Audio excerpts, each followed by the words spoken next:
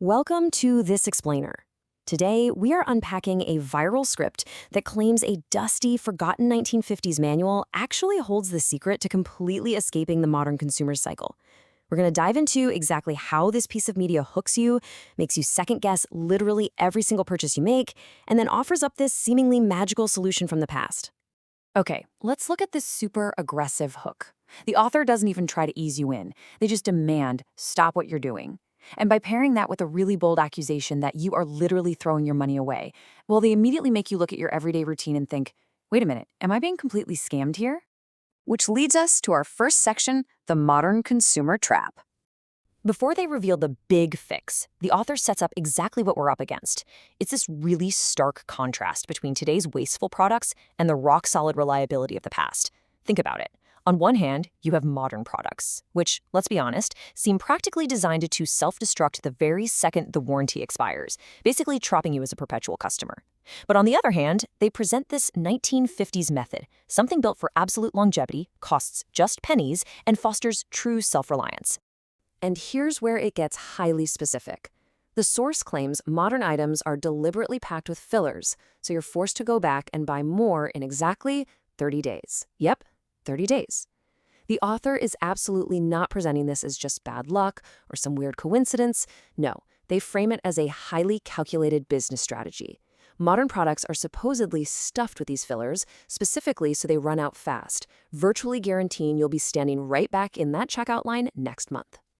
Moving right along to Section 2, the 1950s secret revealed. Now, here is where the narrative shifts to this hidden alternative that was supposedly discovered in an old, dusty attic. The text fires off three massive perks of this 1950s manual method. First, it costs mere pennies. Second, it takes less than 5 minutes to prep. And third, it is built strictly for longevity. The core argument they're making is that back in the 50s, making things last wasn't just some cute DIY life hack you'd see on the internet. It was an absolute necessity. Up next, Section 3, Safety and Real Results. So naturally, when you hear a wild claim like this, it immediately invites a healthy dose of skepticism, right?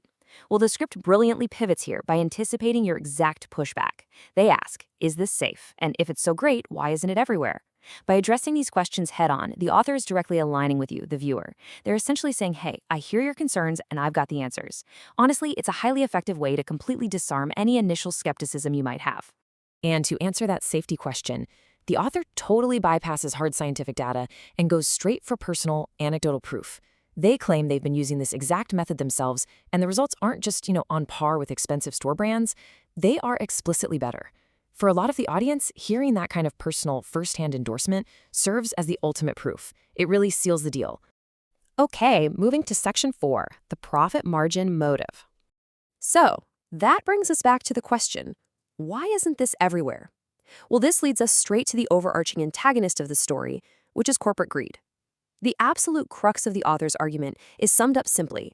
There is zero profit margin in a product that lasts a year. That hits the nail on the head, right?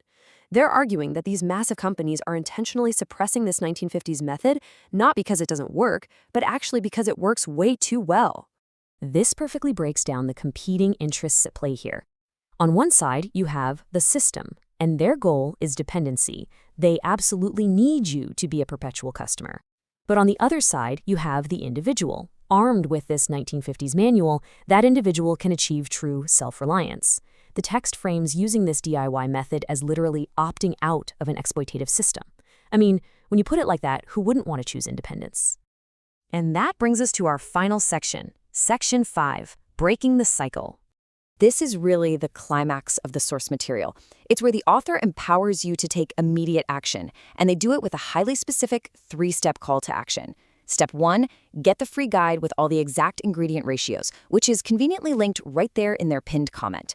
Step 2 is a bit more of a philosophical push. It urges you to take back your household and basically refuse to be a cog in the machine anymore. And finally, Step 3, hit that subscribe button, backed by the promise of a newly uncovered lost secret being revealed every single week.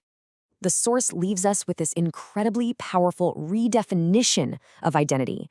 They suggest that true freedom lies in breaking our reliance on the commercial products we automatically buy every 30 days.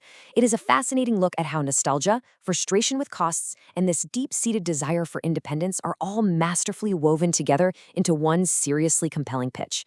So I'll leave you to ponder this. Is this 1950s method genuinely the key to true self-reliance, or is it just another clever way to sell you a secret? Thanks so much for tuning into this explainer, and I'll let you chew on that final thought.